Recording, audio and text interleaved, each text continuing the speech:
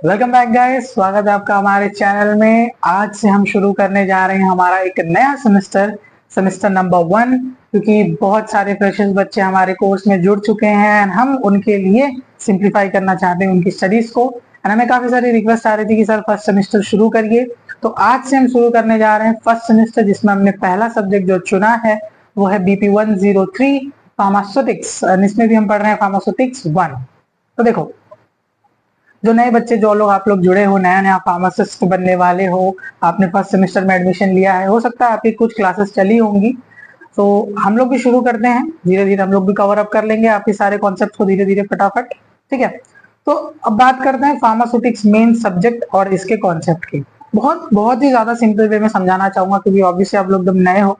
तो देखो, ड्रग्स अलग होती हैं, ड्रग्स को बनाते हैं हम अलग तरीके से एंड हमारे बॉडी में वो जाती अलग तरीके से है।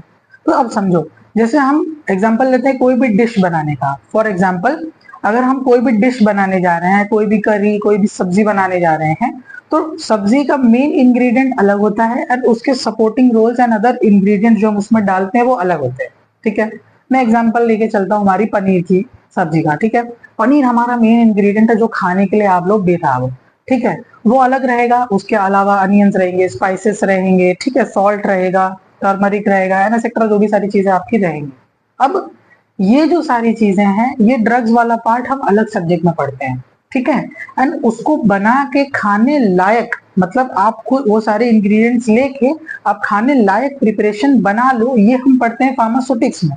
ठीक है, मतलब अलग अलग इंग्रेडिएंट्स आपको दे दिए गए हैं, उन इन इंग्रेडिएंट्स को मिक्स करके आप उनको खाने लायक बनाइए या ऐसे फॉर्म में क्रिएट करिए जिससे कि हम उस पर्टिकुलर ड्रग को हमारी बॉडी के अंदर डाल सके।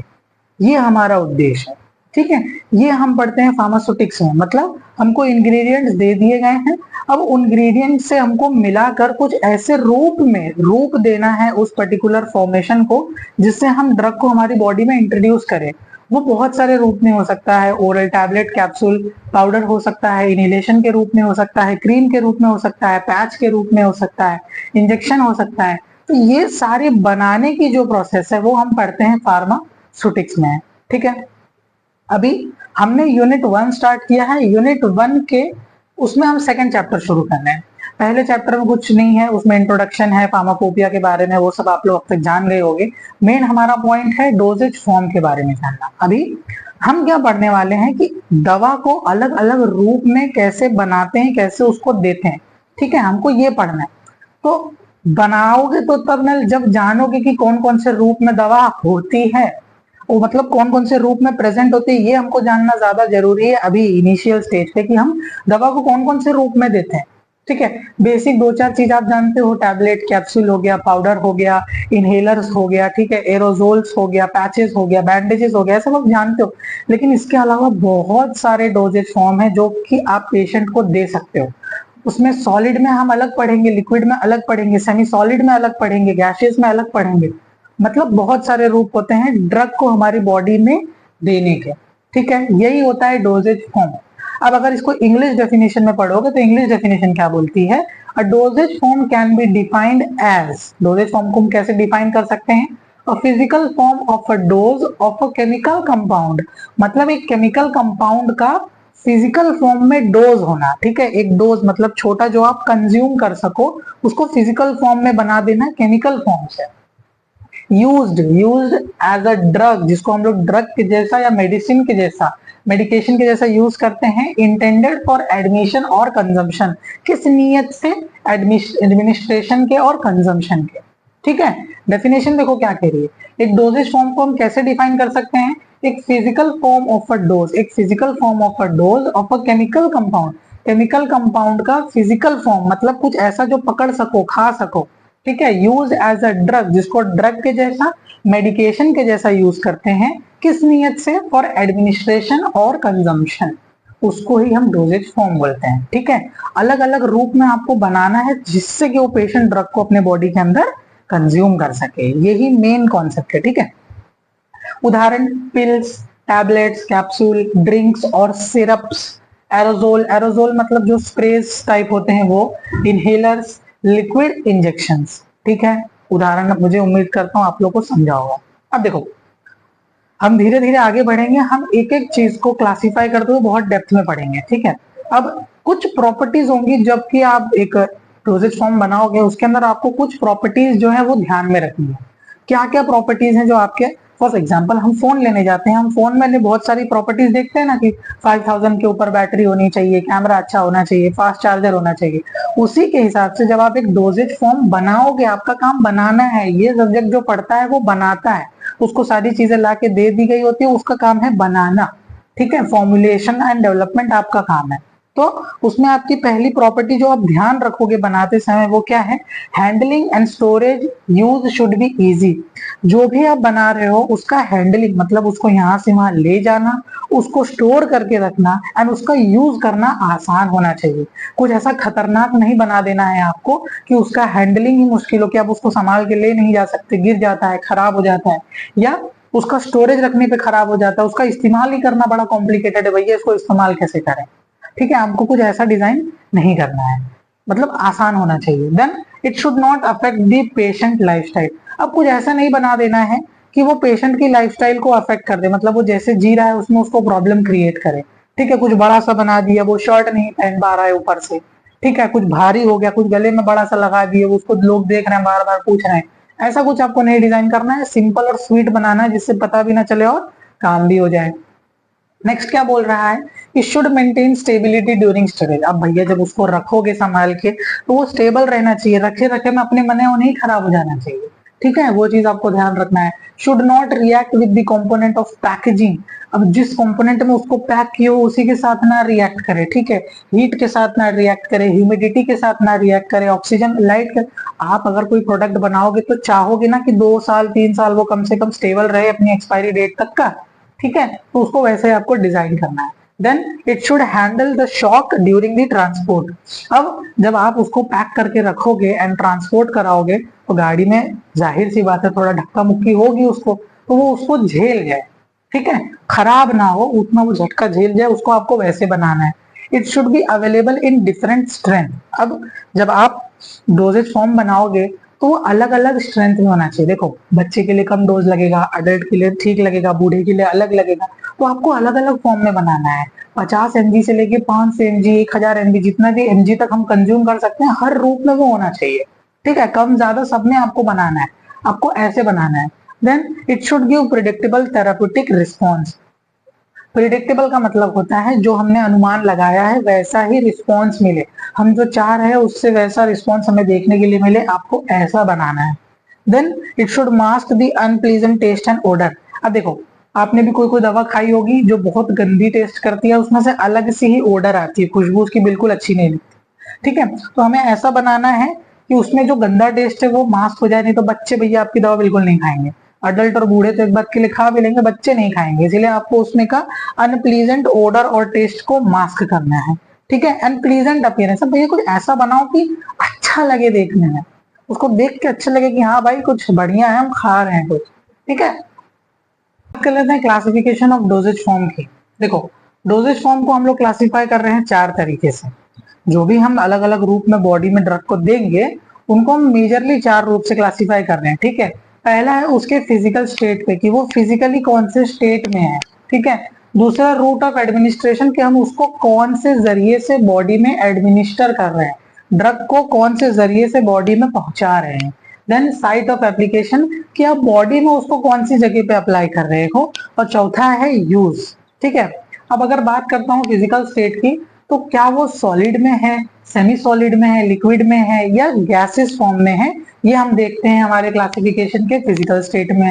देन हम बात कर रहे हैं रूट ऑफ एडमिनिस्ट्रेशन कि आप उसको बॉडी में कौन से रूप से दे रहे हो, ओरली दे रहे हो, पैरेंट्रल, पैरेंट्रल मतलब वाया इंजेक्शन वगैरह दे रहे हो वैसा, रेक्टल दे रहे हो या नेजल रूप में दे रहे हो। देन बात करते हैं साइट ऑफ एप्लीकेशन कि आप बॉडी में उसको लगा कहाँ रहे हो, या आप स्किन पे लगा रहे हो, आई पे, आंख में लगा रहे हो, ठीक है, दांत पर, हाथ पर, फुट पे, हेयर पे, या तो नोज में, आप कहाँ उसको यूज कर रहे हो उस पर हम क्लासिफाई कर देते हैं। ठीक है। एंड यूज इंटरनल या एक्सटर्नल, आप बॉडी के इंटरनली यूज कर रहे हो या एक्सटर्नली यूज कर रहे हो, ठीक है। अगर आप स्किन पे कोई भी चीज यूज कर रहे हो, डस्टिंग पाउडर हो गया, बैंडेजेस हो गए, क्रीम लोशन हो गया, तो आप एक्सटर्नली यूज करोगे, ठीक है। एंड अगर आप डेंटल कोन यूज कर रहे हो, नेजल यूज कर रहे हो, टैबलेट इंजेक्शन यूज कर रहे हो, तो आप उसको इंटरनली यूज कर रहे हो। तो हम बहुत सारी प्रिपरेशन देखते हैं, अगर हम टॉपिकल यूज पे लिखा रहता है फॉर एक्सटर्नल यूज ओनली, मतलब इसको सिर्फ बाहरी रूप के लगाने के लिए हमें यूज करना है, अंदर के लिए नहीं, ठीक है। अब देखो ये क्या बोल रहा है, based on physical nature, physical nature पर डोजेज फॉर्म को ऐसे क्लासिफाई किया है, सॉलिड, लिक्विड, सेमी सॉलिड और गैसेस। अब इसमें हम एक एक करके एक एक को पढ़ेंगे, ठीक है। अभी क्या किया, बेस्ड ऑन फिजिकल नेचर, अभी हम यही वाला पढ़ने वाले हैं, मेन हमारा क्लासिफिकेशन यही वाला होता है, फिजिकल वाला, ठीक है। ये सब तो मतलब दिए गए हैं कि हम उनको क्लासिफाई कर सकते हैं अलग अलग टाइप में, बट जो मेजरली हम क्लासिफाई करेंगे वो फिजिकल स्टेट में ही क्लासिफाई करेंगे।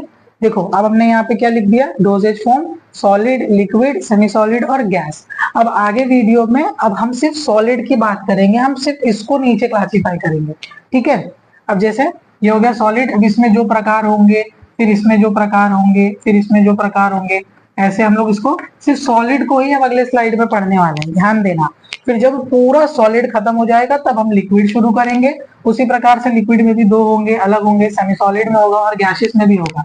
तो अब सबको इसी में बनाना पॉसिबल नहीं है, इसीलिए मैं इसको रब करूंगा और फिर डोजेज फॉर्म के सॉलिड वाले पार्ट को ही डिटेल में लिखूंगा और फिर उसको समझाऊंगा, ठीक है। कंफ्यूज मत होना, ध्यान से समझ लेते हैं सॉलिड डोजेज फॉर्म के क्लासिफिकेशंस की। पिछले हमने देखा था सॉलिड, लिक्विड, गैसेस, ठीक है, सेमी सॉलिड, उसमें सॉलिड का क्लासिफिकेशन है, देख लो, घबराना डरना नहीं है आपको, इतने सारे सॉलिड में ही होते हैं, ठीक है। फिर ऐसे लिक्विड में भी होगा, सेमी सॉलिड में भी होगा एंड जो बचा था उसमें भी होगा, ठीक है। अब देखो जब हम लोग बात करेंगे सॉलिड डोजेज फॉर्म की, तो सॉलिड डोजेज फॉर्म को भी दो पार्ट में क्लासिफाई किया गया है, एक होता है यूनिट डोजेज फॉर्म, एक होता है बल्क डोजेज फॉर्म, ठीक है। देखो यूनिट डोजेज फॉर्म मतलब आप एक पर्टिकुलर यूनिट में दोगे, सिंगल सिंगल यूनिट में दोगे, आप देख पाओगे आप कितना दे रहे हो, ठीक है। यूनिट मतलब होता है सिंगल सिंगल आप दे पाना, कितने यूनिट में दे रहे हो वो। बल्क में आप ज्यादा दोगे, पाउडर रहेगा, आप देख जान नहीं पाओगे कि कितना पार्टिकल, कितना पीस उसमें जा रहा है, ठीक है। अब यूनिट डोजेज फॉर्म में भी क्या क्या आता है, tablet, pill, capsule, sachets and powders, ठीक है। अब एक एक की बात करेंगे हम लोग। पहले आप लोग जो बहुत खाते आ रहे हो, बहुत देखते आ रहे हो, वो होता है टैबलेट। अब देखो सबका आपको डेफिनेशंस भी लिखना है, ठीक है ना। जब फार्मेसी में आप एनरोल हो गए, यहाँ से लेके आप जब तक पढ़ोगे फार्मेसी, कोई भी आके परेशान करने के लिए बोलता है चलो डिफाइन करो टैबलेट, ठीक है।